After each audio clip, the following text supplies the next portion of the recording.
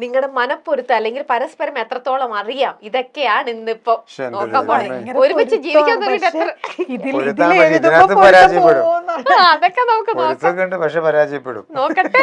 നമുക്ക് പരാജയപ്പെടുവോ എങ്ങനെ വേണേലും അത് പിടിച്ചോളൂ. എങ്ങനെയാണേലും എത്ര വർഷമായി കല്യാണം കഴിഞ്ഞിട്ടിപ്പോ? അത് ഞങ്ങള് പറയില്ല. അതെന്താ ഞാൻ കല്ല് ദൈവം അമ്മേ ഇതിന്റെ താഴെ ബോക്സിൽ വരുന്ന ഏജ് എന്നാണ്. ഓക്കെ, മോൾക്ക് 19 വയസ്സ്, ഞങ്ങൾക്ക് ഞങ്ങളുടെ കല്യാണം 5 വർഷം. അതാണ് കൊള്ളാവുന്ന കാര്യങ്ങള്. ഓക്കെ, അപ്പൊ എന്തായാലും കല്യാണം കഴിഞ്ഞു, പരസ്പരം നിങ്ങൾക്ക് എത്രത്തോളം മനസ്സിലായി, എന്തൊക്കെയാ നിങ്ങളുടെ അങ്ങോട്ടും ഇങ്ങോട്ടുള്ള ഇഷ്ടങ്ങളും കുറവുകളും ഒക്കെ അറിയാവോ എന്നറിയാനുള്ള ചെറിയ ഒരു game made for each other. ഒന്നും നടക്കില്ല, കോപ്പി അടിച്ചു കഴിഞ്ഞാൽ അപ്പൊ പനിഷ്മെന്റ് ആണ്. പിന്നെ ബാക്ക് ടു ബാക്ക് പനിഷ്മെന്റ് ഒരു തരത്തിലും നിങ്ങളുടെ തമ്മിൽ ചേരുന്നില്ല എന്നുണ്ടെങ്കിൽ പനിഷ്മെന്റ് വേറെ ഉണ്ടാവും. കറക്റ്റ് ആൻസർ പറഞ്ഞു കഴിഞ്ഞാൽ നിങ്ങൾക്ക് ദേ നല്ല ഫ്രഷ് നല്ല രാപ്പിളുണ്ട്, ഇത് നമ്മൾ കട്ട് ചെയ്ത് കൊടുക്കുക അല്ലെ, കത്തിയൊക്കെ ഉണ്ട്, നിങ്ങളെ കൊണ്ട് കഴിപ്പിച്ചിട്ടേ വിടുള്ളൂ. ഓക്കെ, അപ്പോൾ ശരി, നമുക്ക് നോക്കാം. ഫസ്റ്റ് ചോദ്യം, നോക്കരുത് പരസ്പരം അങ്ങോട്ടും ഇങ്ങോട്ടും. നവാസിക്ക ഒരു ദിവസം ഏറ്റവും കൂടുതൽ തവണ ഉപയോഗിക്കുന്ന ഒരു മലയാള വാക്ക് അതെന്തായിരിക്കും? പറയരുത് കേട്ടോ, ക്ലൂ ഒന്നും കൊടുക്കരുത്. നവാസിക്ക ഒരു ദിവസം ഏറ്റവും കൂടുതൽ യൂസ് ചെയ്യുന്ന ഒരു മലയാളം വാക്ക് അതെന്താണ്? മലയാളം വാക്ക് നമ്മൾ സംസാരിച്ചോണ്ടിരിക്കല്ലേ, അല്ല എന്നാലും ചിലർക്കുണ്ട് ഒരു റിപ്പീറ്റ് ചെയ്ത് സംസാരത്തിൽ ഏറ്റവും കൂടുതൽ പറയുന്ന ചില ആൾക്കാർക്കുണ്ട് അങ്ങനെ ഒന്ന്. അങ്ങനെ നവാസ്കാക്കില്ല, പക്ഷെ ഏറ്റവും എന്നാലും ഒരു യൂസ് ചെയ്യുന്നത് പറയണ്ട എഴുതിയാ മതി, ക്ലൂ ഒന്നും വേണ്ട, അങ്ങ് എഴുതുക. നോക്കട്ടെ രണ്ടുപേരും കറക്റ്റ് ആയിട്ടാണ് എഴുതുന്നത്. പറയുന്ന വാക്കല്ലേ? അത് തന്നെ. നമ്മൾ സാധാരണ സംസാരിക്കുമ്പോ ചില ആൾക്കാർക്കുണ്ട് ഫ്രീക്വന്റ് ആയിട്ട് ഒരേ ഒരു സാധനം എന്ത് സംസാരിച്ചാലും അവര് പറയുന്നുണ്ടോ? ഇല്ല. എന്നാലും എന്തെങ്കിലും ഒന്ന് എഴുത്. നമുക്ക് പനിഷ്മെന്റ് ഉണ്ടെന്ന് വിഷമിക്കേണ്ട, നമുക്ക് തുടങ്ങുമ്പോ തന്നെ പനിഷ്മെന്റിലേക്ക് പോവാം. അത്രേ ഉള്ളൂ. റെഡി? ഓക്കെ, രണ്ടുപേരും ടേൺ ചെയ്തോ, നമുക്ക് നോക്കാം എന്താണ് ആൻസർ എഴുതിയിരിക്കുന്നത്. ഒന്നുമില്ലെന്ന് ഫ്രീക്വന്റ് ആയിട്ട് അങ്ങനെ ഉപയോഗിക്കാറില്ല. ഇതെന്താ എഴുതി വെച്ചിരിക്കുന്നത്? ഒന്ന് ആലോചിച്ച് നോക്കൂ. ആണോ? നോക്കിയേ, ഒന്ന് ആലോചിച്ച് നോക്കി. അങ്ങനെ പറയാറുണ്ടോ? അങ്ങനെ ഒരു സംഭവമില്ല. എനിക്ക് തിരിച്ചായിരുന്നു ക്വസ്റ്റനെങ്കിൽ ചിലപ്പോ എന്താ ഫ്രീക്വന്റ് ആയിട്ട് യൂസ് ചെയ്യാൻ? അതെന്താ ഞാൻ ഓർക്കാൻ കാരണം അറിയാം, ഞാനിങ്ങനെ ചില സിറ്റുവേഷനില് ഇപ്പൊ പിള്ളേരെന്തെങ്കിലും കാര്യങ്ങളും മറ്റേ സംഭവം ഒന്ന് ആലോചിച്ച് നോക്കി എന്ന് പറയല്ലോ, അത് കഴിഞ്ഞ് കല്യാണം കഴിഞ്ഞ് കുറെ നാൾ ഇത് തിരിച്ചിങ്ങടെ അടിക്കാൻ തുടങ്ങി. ഒന്ന് ആലോചിച്ച് നോക്കിയത് അത് നമ്മുടെ ചില സാധനങ്ങൾ അങ്ങനെ കിട്ടും. അത് ശരിയാ, ചില ആൾക്കാർക്കുണ്ട്. ചില ആൾക്കാർക്ക് ഓക്കെ എന്ത് പറഞ്ഞാലും ഓക്കെ ഓക്കെ ഓക്കെ, ചില മനസ്സിലായില്ലേ ഞാൻ പറയുന്ന കാര്യമാണ് കേട്ടോ. അപ്പൊ അതങ്ങനെ ചെയ്യണോട്ടോ, ചില ആൾക്കാർ ഒരുപാട് സംസാരിക്കില്ല. അപ്പൊ അതുകൊണ്ട് തന്നെ നമുക്ക് ഒരു വാക്കുകളും നമുക്കിങ്ങനെ റിപ്പീറ്റഡ് ആയിട്ട് തോന്നില്ല, ബോറടിക്കില്ല. ഇപ്പൊ നവാസ്ക എന്ന് പറഞ്ഞല്ലോ, അതുകൊണ്ടാണ് എന്റെ മനസ്സിൽ കിടക്കുന്ന ചില സാധനം ഞാൻ പറയുമ്പോ അതിനൊക്കെ അത് ഓർത്ത് വെക്കണം എന്നില്ല.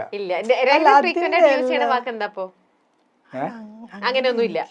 ഓക്കെ ശരി, അപ്പൊ എന്തായാലും നമ്മൾ അങ്ങനെ യൂസ് ചെയ്യുമ്പോൾ മറ്റുള്ളവർക്കാണല്ലോ ഒരു ബോറിംഗ് ആയിട്ട് തോന്നുക. ഇപ്പൊ ശരിക്കും ഇവിടെ പനിഷ്മെന്റ് കൊടുക്കേണ്ടത് രഹനയ്ക്കായിരുന്നു, പക്ഷെ എന്റെ കയ്യിൽ നിൽക്കുന്ന പനിഷ്മെന്റ് വന്നിരിക്കുന്നത് വെച്ച് നോക്കുമ്പോ നവാസിക്ക് അത് ഏറ്റെടുത്തോളൂ ഭാര്യയ്ക്ക് വേണ്ടിയിട്ട്.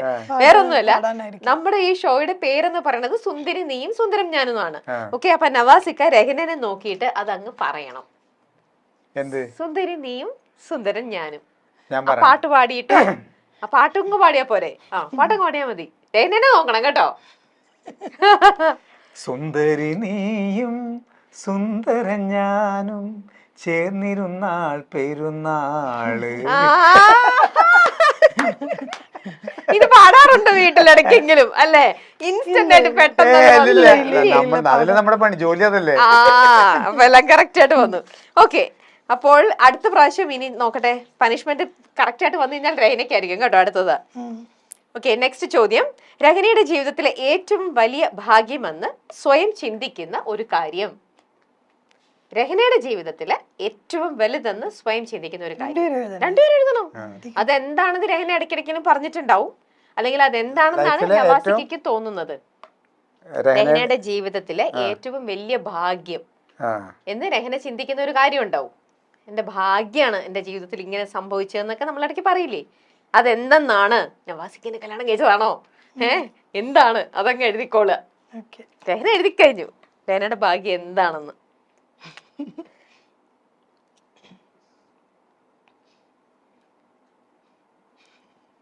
കുറച്ച് വലുപ്പത്തിൽ എഴുതണേ. പൊരുത്തമുള്ളവര് പൊരുത്തില്ലാതെ ഇവിടെ വന്ന് പൊരുത്തില്ലാത്തവര് ഇവിടെ വന്ന് പൊരുത്തമായിട്ട് പോവും. എന്താണ് നവാസ്ക എഴുതിയത്? ഞങ്ങൾ ഒരുമിച്ചത്. നവാസ്ക. അപ്പൊ കറക്റ്റ് തന്നെ. ഓ, അപ്പൊ അങ്ങനെയാണ് ചോദിക്കട്ടെ രഹ്നയുടെ അടുത്ത്, നവാസ്കയുടെ അടുത്ത് ഏറ്റവും ഭയങ്കര ഹൈലൈറ്റ് ആയിട്ട് തോന്നുന്ന ഒരു 3 കാര്യങ്ങൾ എന്തൊക്കെയാ ഭയങ്കര പ്ലസ് ആയിട്ട് തോന്നണേ? നവാസ്കക്ക് ഭയങ്കര പോസിറ്റീവ് എനർജിയാണ് എപ്പോഴും. പെട്ടെന്നൊന്നും ദേഷ്യമൊന്നും വരില്ല, ഭയങ്കര കൂളാണ്. അപ്പൊ വീട്ടിലെപ്പോഴും ഒരു സമാധാനപരമായ അന്തരീക്ഷം ആഗ്രഹിക്കുന്ന ഒരാളാണ്. അപ്പൊ നിങ്ങളുടെ കൂടെ പിന്നെയും ചുണ്ടി എടുക്കുന്നത് രഹ്നയാണോ? അല്ല, അത് അങ്ങനല്ല, ഇത് വരാറില്ല. അപ്പൊ അതന്നെ ഞാൻ പറഞ്ഞത്. അതായത് ഞാൻ ദേഷ്യപ്പെടാതിന്റെ കാര്യം, എനിക്ക് ഒരു കാര്യം എന്റെ അടുത്തേക്ക് വരാറില്ല. കുട്ടികൾ മുഴുവൻ പോകുന്നത് എന്റെ അടുത്തേക്കാണല്ലോ. അതായത് അവർ ക്ലാസ് കഴിഞ്ഞ് വന്ന് പഠിപ്പിക്കുന്നത്, അവരുടെ മറ്റുള്ള സംഭവങ്ങൾ, സ്കൂളിൽ എന്തെങ്കിലും വിഷയം അത് സോൾവ് ചെയ്യണത്, അവരെന്തെങ്കിലും ആവശ്യപ്പെട്ടു എന്നെ കൊണ്ട് ഉള്ള ആവശ്യങ്ങൾ കൈകാര്യം ചെയ്യുന്നത് എല്ലാം ഇരിക്കുന്ന ആള് ഓക്കെ മക്കളെ എന്ന് പറഞ്ഞിരിക്കില്ലല്ലോ. കാരണം അവരുടെ പ്രായത്തിൽ അവരുടെ ബുദ്ധിക്ക് അനുസരിച്ച് അവർ പറയുന്ന കാര്യങ്ങൾ പറയുന്നത് അക്സെപ്റ്റ് ചെയ്യാൻ പറ്റാത്തായിരിക്കാം. അപ്പൊ എനിക്ക് ഭയങ്കര കൂളായിട്ട്. അപ്പൊ ഇതൊന്നും ഞാൻ അറിയുന്നില്ല, ഞാൻ എന്തെങ്കിലും കിടന്ന് പെടേണ്ട ആവശ്യം എന്താ? ഓക്കെ. അപ്പൊ നവാസ്ക അങ്ങനെ ഒരുപാട് നല്ല പോസിറ്റീവ് ആയിട്ടുള്ള കാര്യങ്ങൾ പറഞ്ഞു. ഒരു മോശമായിട്ടുള്ള ഒരു കാര്യം പറഞ്ഞ നവാസ്കയുടെ? നവാസ്ക എല്ലാ കാര്യവും അക്സെപ്റ്റ് ചെയ്യും വേണം. പിന്നെ ആരെങ്കിലും എന്തെങ്കിലും പറഞ്ഞാൽ ഇതൊന്നും ഫീൽ ചെയ്യുന്നില്ല.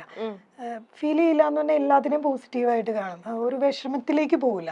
അപ്പൊ അതെനിക്കൊരു നെഗറ്റീവായിട്ടും തോന്നാറുണ്ട്, പോസിറ്റീവായിട്ടും തോന്നാറുണ്ട്. കാര്യം ചില കാര്യങ്ങൾ നമ്മൾ വിഷമിക്കണമല്ലോ, അത് അങ്ങനെയല്ല. അത് നല്ലതായിട്ടേ കാണുള്ളൂ. ഇനി നമ്മള് വിഷമിപ്പിക്കാന്ന് വെച്ചിട്ടാണെന്ന് അറിയില്ല. ഓക്കെ, നേരെ തിരിച്ചു ചോദിച്ചാലോ, നവാസിക്ക് രഹ്നയുടെ എന്താ തോന്നുന്നത്? പ്ലസും മൈനസും എന്താ? പെട്ടെന്ന് അയ്യോ നോക്കട്ടെ, രഹ്നയുടെ ഏറ്റവും നല്ല പ്ലസ് കാര്യം എന്താ? രഹ്നയുടെ പ്ലസ് കാര്യം എന്ന് പറഞ്ഞാല് എത്ര തിരക്കിലാണെങ്കിലും, ഇപ്പൊ നമുക്ക് ഭയങ്കര ടയർഡാന്ന് വിചാരിക്കും, നമ്മള് ഭയങ്കര ടയർഡാണെങ്കിലും എന്തെങ്കിലും ജോലി ചെയ്തുകൊണ്ടിരിക്കും.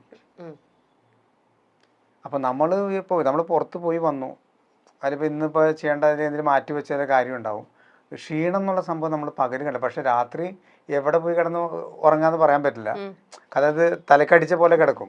പക്ഷെ ഈ പകൽ സമയത്ത് റെസ്റ്റ് ഇല്ലാതെ പക്ഷെ നമുക്കിപ്പോൾ നമ്മൾ ഭക്ഷണം കഴിച്ചു കഴിഞ്ഞപ്പോൾ ഒന്ന് മയങ്ങാം. ഉച്ചയ്ക്ക് ഒരു സമയത്ത് ഫ്രീ ആണെങ്കിൽ മയങ്ങാന്നിരിക്കുന്ന സമയത്തും വേറെ എന്തെങ്കിലും പണി ചെയ്തുകൊണ്ടിരിക്കും, വല്ല പൂട്ടിയൊക്കെ എടുത്ത് കലക്കിക്കൊണ്ടിരിക്കണ്ടാവും.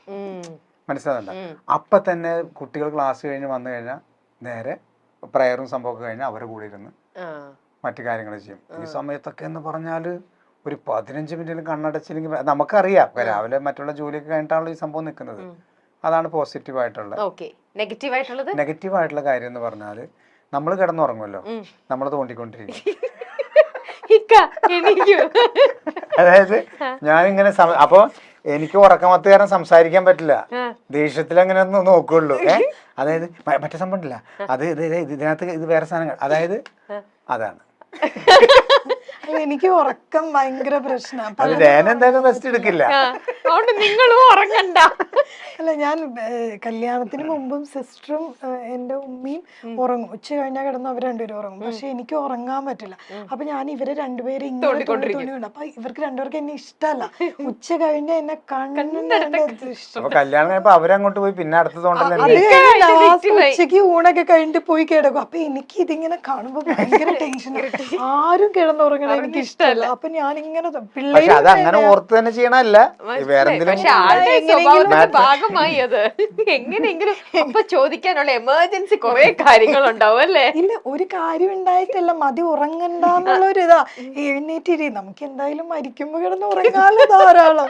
ഇപ്പൊ എന്തിനാ ജീവിച്ചിരിക്കുമ്പോ എന്തെങ്കിലും ചെയ്തിട്ടുണ്ടോ? ഞാൻ കുട്ടികളും ഉറക്കം കുറവാ പകല്.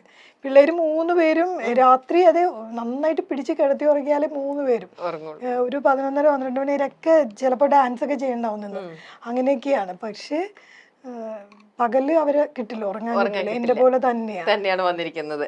അച്ഛന്റെ കാര്യം ഗോവിന്ദ്, അമ്മയും മക്കളോട് ആക്റ്റീവായിട്ട് നിൽക്കുകയാണ്. ശരി, 3ാമത്തെ ചോദ്യം. നിങ്ങൾ 2 പേരും കൂടി ഏറ്റവും കൂടുതൽ തവണ അഭിപ്രായ വ്യത്യാസങ്ങൾ ഉണ്ടായിട്ടുള്ള ഒരു വിഷയം. നിങ്ങൾ തമ്മിൽ ഏറ്റവും കൂടുതൽ അഭിപ്രായ വ്യത്യാസം വഴക്കുണ്ടാക്കിയിരിക്കുന്ന ഒരു വിഷയം, അതെന്താണ്? മാറ്റർ, സബ്ജക്ട് കുറച്ച് വലുപ്പത്തിൽ എഴുതാമോ? ക്യാമറയിൽ ഇതാവുന്ന വണ്ണം കാര്യം മാത്രം ജസ്റ്റ് ഒന്ന് എഴുതിയാൽ മതി, ബാക്കി നമുക്ക് ബ്രീഫ് ചെയ്യാം. ഉണ്ടാവും, ഏതൊരു റിലേഷനിൽ നമ്മൾ ഏറ്റവും കൂടുതൽ അങ്ങോട്ടും ഇങ്ങോട്ടും പറയുന്ന ഒരു കാര്യം ഉണ്ടാവുമല്ലോ. അയ്യോ, നിങ്ങൾ കറക്റ്റ് ആൻസർ പറഞ്ഞില്ലേ? ഇത് ആപ്പിൾ തരാം. രണ്ടാമത്തെ ആൻസർ കറക്റ്റ് ആയിരുന്നു. ഇതും കൂടെ പറഞ്ഞു കഴിഞ്ഞിട്ടാട്ടെ ആപ്പിൾ തരാം. കത്തിയോ? കത്തിയണോ? അത്